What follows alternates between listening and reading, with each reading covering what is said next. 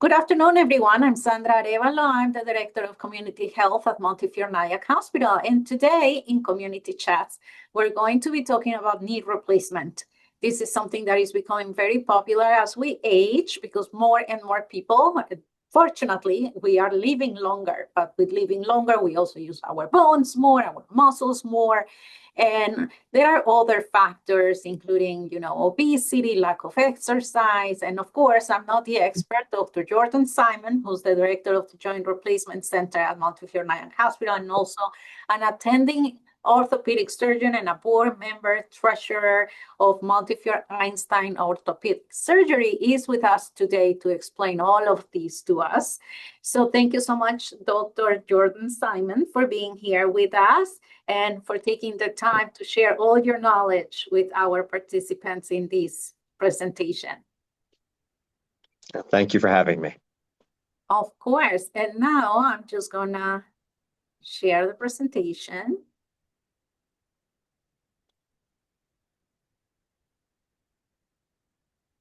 Let me know when you see it, please. Okay. Yeah, I can see it, but you just have to go full screen on the PowerPoint. Okay.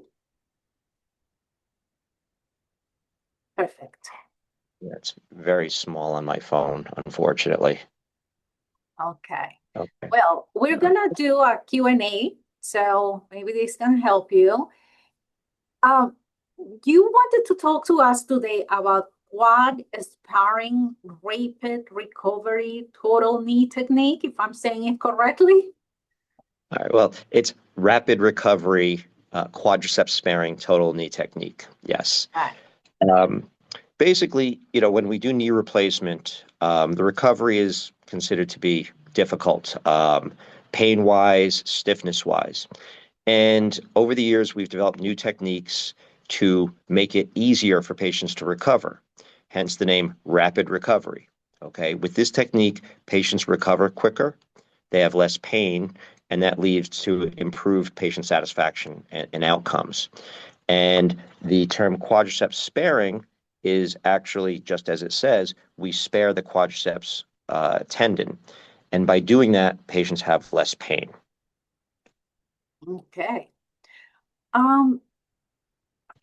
My next question is, of course, we had a different method before. So what is the difference between traditional surgery and this new method? Okay. So with this new method, if you look at the picture as presented, the red line shows what we call the normal arthrotomy. That's the way we get into the knee joint. In order to put the metal and plastic implants into the knee, obviously we have to open up the knee joint. So that red line is what we call a medial parapatellar approach, and that's the most common way of doing a knee replacement. Unfortunately, that incision goes up into the junction between the muscle and the tendon above the kneecap. Okay, that's the red line. And after we finish surgery, we repair that, and then we ask the patient to bend their knee the next day. And when they go to bend their knee, it's literally trying to pull that repair apart. And that hurts. It's sutured together. It doesn't tear. But essentially, if we didn't repair it well, it would separate. And that's painful. If you look at the green line, that represents the newer technique, the subvastus technique. And subvastus means under the vastus medialis muscle. So the green line comes up along the tendon, the patella tendon, and then we go under the vastus medialis. The whole muscle is then lifted with the patella to the side. And that means that when we're finished with the surgery, instead of having to repair a cut in the muscle or tendon, we just let it sit back down to its normal position, and we put a few tacking sutures in. And when the patient bends their knee, it doesn't try to pull the repair apart because technically there's not much of a repair, so they don't get the pain from that part of the procedure. And that's made a world of difference. Okay, so it's pretty much like you're lifting instead of cutting. That's exactly right. We're lifting up the muscle and the tendon without ever cutting into them, so that when we're done and we put it back, there's no repair and there's no tension on the repair. And that allows patients to straight leg raise on the first day. It allows them to bend the knee on the first day. And I've actually had a number of patients that have taken almost no pain medicine after surgery, which is really remarkable. That's amazing. Um, do you use a robot to do this? Because I know that more and more, especially for orthopedic procedures, we've been using robotic surgery. So does this require robotic surgery as well? So this technique can be done with or without a robot. The uniqueness of this technique is the approach, how we get into the knee and what we have to repair when we're done. I do use a robot routinely, and we actually have two different robots at Nyack Hospital.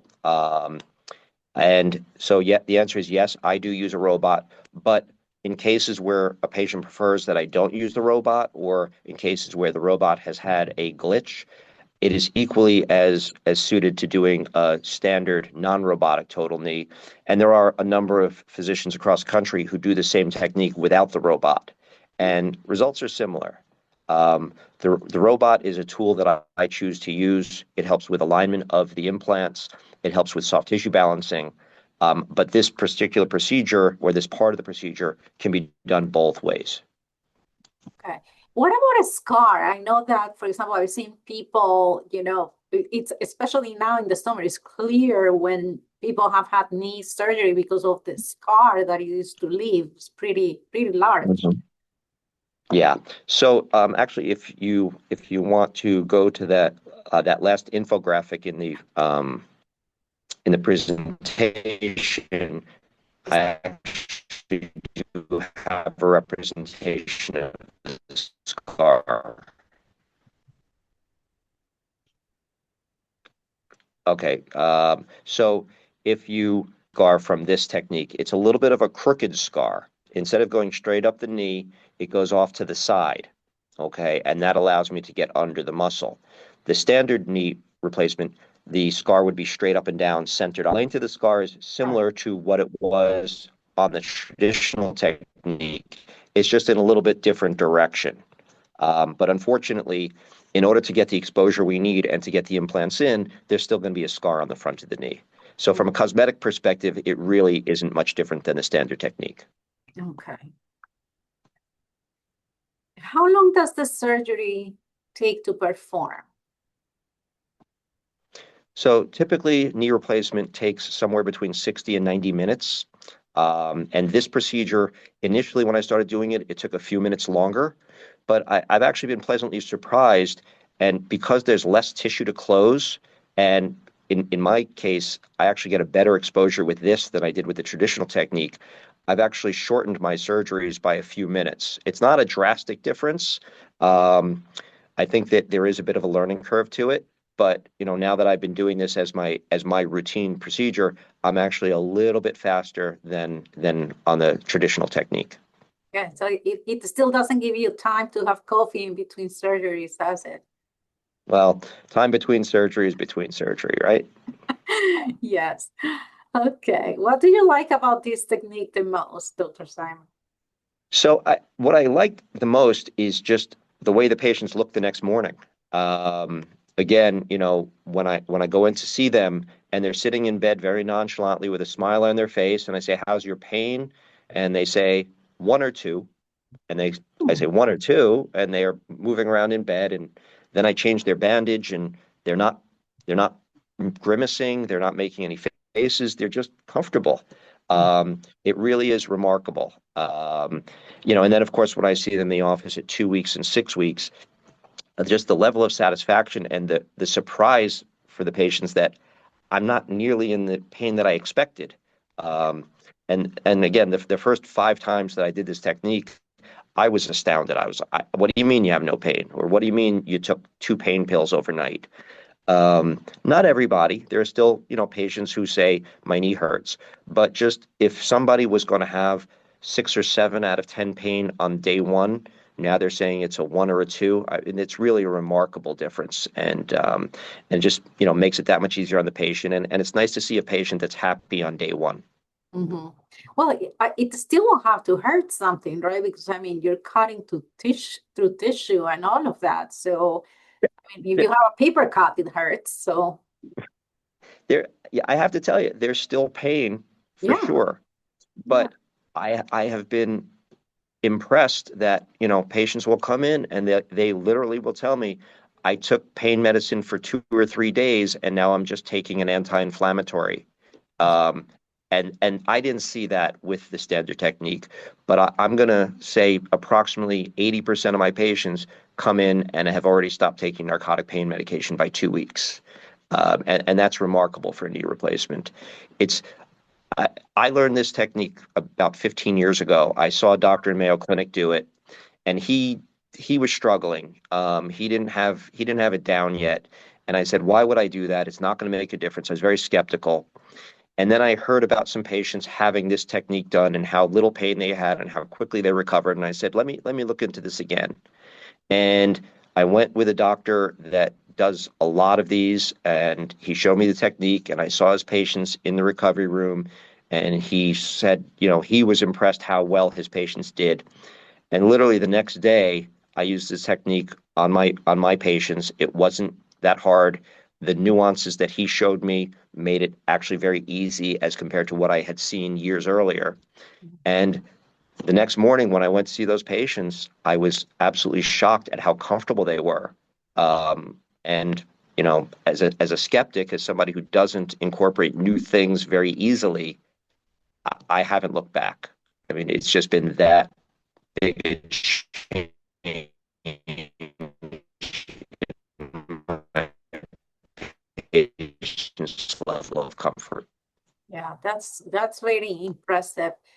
What has been, besides the pain, any other feedback from the patients? Who I did the standard technique on the first side, and now, their newer knee, I did this one, and the feedback has been extremely positive, just in terms of, I can't believe how much less pain this is. I can't believe how much more I'm doing early on. I because patient recently, her husband's actually a physician, and I did the standard technique on one side and the subvastus on the other. And I asked her what she thought the difference was, and she said, I really don't remember, but my husband is just so impressed at how much more I'm walking early on and how much less pain medicine I'm taking that, he said that he can't believe the difference. And that was his objective observation as opposed to what she was feeling. Um, so it really has changed, and even challenging patients where I think that they're going to have, a lot of pain, they're going to be a longer recovery, you know, they're not as comfortable as some of my other patients, but they're still much better than I expect. So it's just, I can't say that I have um, anything negative to say about this change in the technique. Mhm. Now, let's talk about recovery a little bit. Like, how long does the recovery take? So typically, the patients can straight leg raise immediately once the anesthesia wears off, and that's a change. Previously, about 20% of my patients could straight leg raise, meaning lift their leg up straight without the knee bending. Um, and now 99%, I don't think I've had anybody who couldn't lift their leg up straight. And that's a big deal because when you can lift your leg up straight, you can get in and out of bed independently. When you can't lift your leg, you need somebody to lift it for you. So the fact that these patients lift their leg immediately allows them to recover much quicker. Some of the patients go home the same day, and some patients go home the next morning. But because they can get in and out of bed independently, it makes for a quicker recovery. Mhm. They're able to weight bear right away. Okay, I'm still using a knee immobilizer, which is a brace, but I'm getting close to not using the knee immobilizer because I'm getting more confidence in the patient's ability to walk without the brace. Um, Typically, they'll walk somewhere around 100 to 150 feet day one, before they leave the hospital. Wow. Um, they can climb stairs the first day. Again, with a cane or railing, but they're able to climb stairs. By 2 weeks, many of them are walking without the cane. They're bending to about 90 degrees.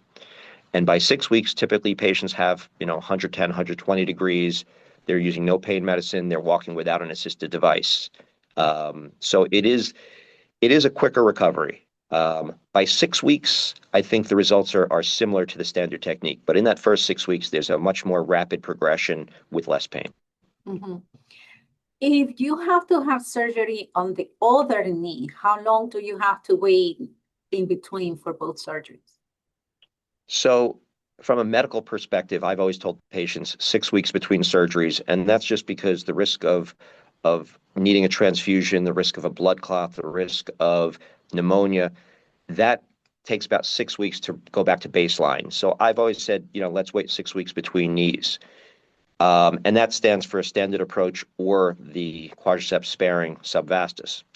But with the quadriceps sparing subvastus, by 6 weeks, patients are saying, yeah, I'm ready, let's go. With the old technique, most patients said, well, give me a little more time. I still don't feel ready to proceed. And I do have a patient now that I've done the subvastus on both sides. And at 6 weeks, we did he was doing very well at 6 weeks with the first side.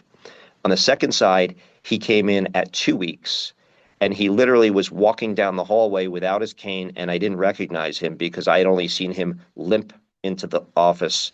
And it was just a remarkable thing to see at 8 weeks to have both knees done, and he's walking without a cane. So it's very, to me as a surgeon, it's been very impressive. Yeah, that must feel really good when you go home and you know that all these people have gotten a new knee and they're walking and they're happy now. Yeah, Um, absolutely. I have a question here from one of our attendees. If you need to have a total knee replacement, but you're unable to leave home to go to physical therapy, will you send someone to do physical therapy with the patient at home? Yeah, so actually, our standard at Montefiore Nyack is to provide physical therapy in the home for the first 2 weeks. If we have aided and is able to have transportation, yes, they can go to outpatient therapy right away, but most of our patients are a little older. Transportation is difficult. So we've typically provided physical therapy in the home for the first 2 weeks. With this technique, I think, the home therapy may be a little bit less necessary because patients are more comfortable and more mobile, but we still provide that for the patients routinely. Mhm. Here is another question. Does the patient stay overnight in the hospital? Does have to stay overnight, or can they go home the same day? And what will be the difference between staying in the hospital or sending them home? As family support and who is in good shape otherwise in terms of no major medical problems, they can certainly go home same day. And with this technique, I'm more comfortable sending them home because I know their functional level is going to be that much better. Um, so yes, patients can go home same day, and we do have that option at Montefiore Nyack. Um, Older patients, patients with medical problems, patients who are a little bit nervous about the idea of going home directly from the hospital, we do get seen by physical therapy, and then the next day, once they're cleared by therapy, they go home. So we actually have both pathways available, and it really depends on the individual patient as far as which one is best. Mhm. What are some of those medical problems that will make you stay in the hospital after the surgery?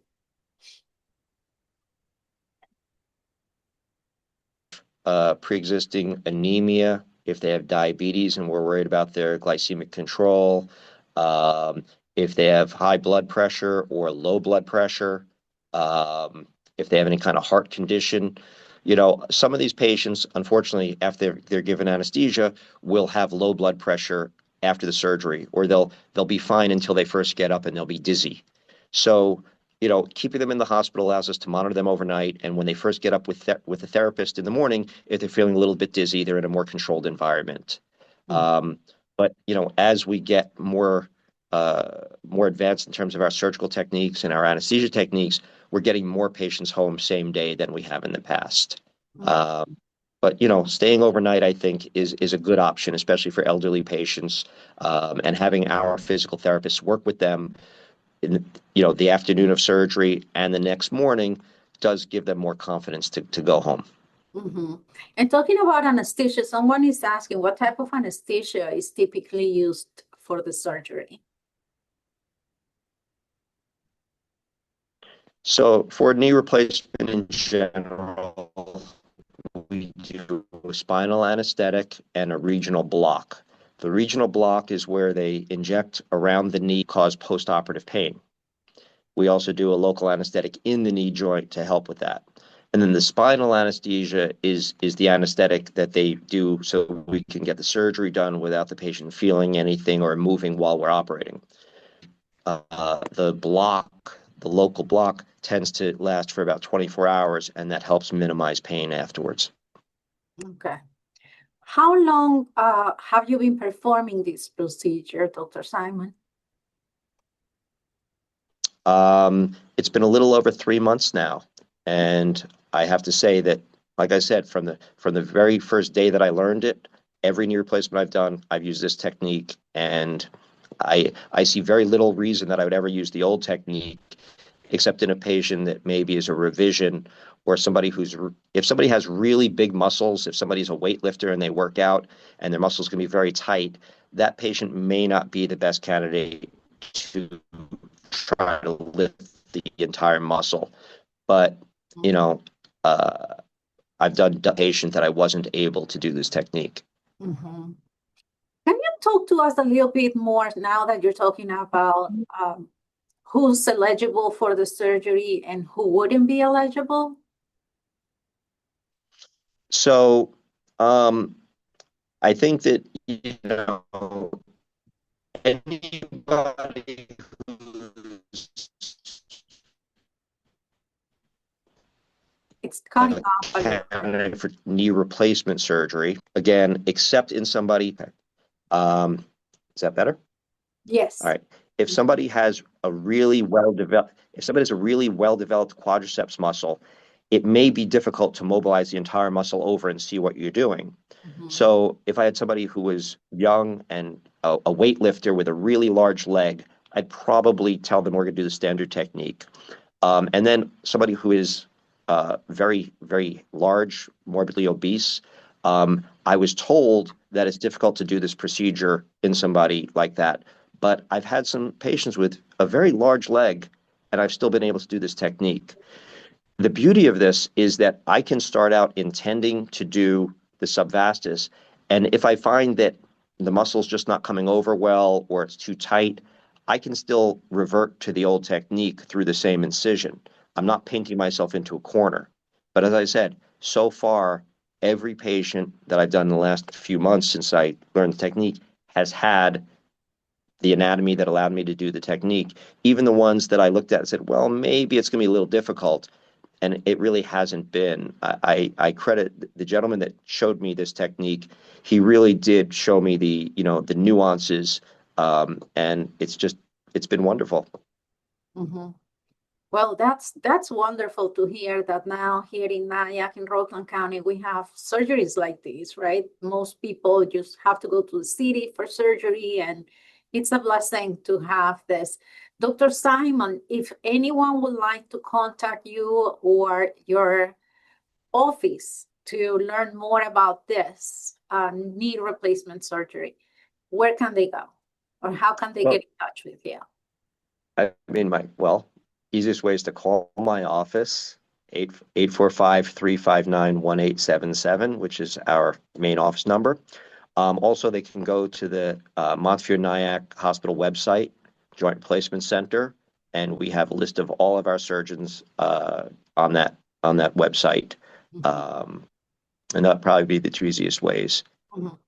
And this is a question that I frequently get from attendees in community chats. Is this surgery covered by insurance? Absolutely, yes. Knee replacement is covered by all insurances. There are some prerequisites. Insurance companies do want to see that you've had conservative management first. But once your surgeon determines that you're a candidate for knee replacement and the insurance company, provides authorization, it is covered, minus any deductibles, copays, as any other necessary surgery would be. And The quadriceps sparing, it's a knee replacement. There's no special code for it. There's no special authorization. It's a variation of knee replacement. Okay. So it's fully covered. Okay, that's wonderful news as well. So thank you so much, Dr. Simon. I don't see any more questions here as follow-up. I don't know if you have any last thoughts or anything more that you would like to share with us? No, I think you can tell by my answers to questions. I'm very enthusiastic Yeah. about this, and I think it's wonderful to see the patients recover so comfortably and so quickly from such a major procedure. And Yes. I'm glad that patients brought it to my attention, and I'm glad that I was able to incorporate it into my practice. It's a big step forward. Mhm. And especially because I know that there are a lot of people out there that are very scared of knee replacement, and you make it sound like, it's That's so right. easy and you can go home and you can be walking very quickly and all of this. So thank you so much for giving us a breath. I'm not there yet, but probably will be one year, and I know where to go. So thank you so much, Dr. Simon, and to Yes, everyone in your team for everything that you do to help our proglanders have better, healthier, more beautiful knees every day. And thank you to our attendees for being in community chats today. If you want to oh, join us next week, we're going to be talking about how to eat lunch when you have a busy life and you don't really have the time to eat lunch. So we go from surgery to now running for lunch. So there you go. You probably have to have a knee replacement first before you start running to get lunch. But anyway, thank you everyone for being here. And obviously, thank you so much, Dr. Simon, for making the time today to share with us. Everyone, have a good afternoon. Bye-bye. thank you for having me.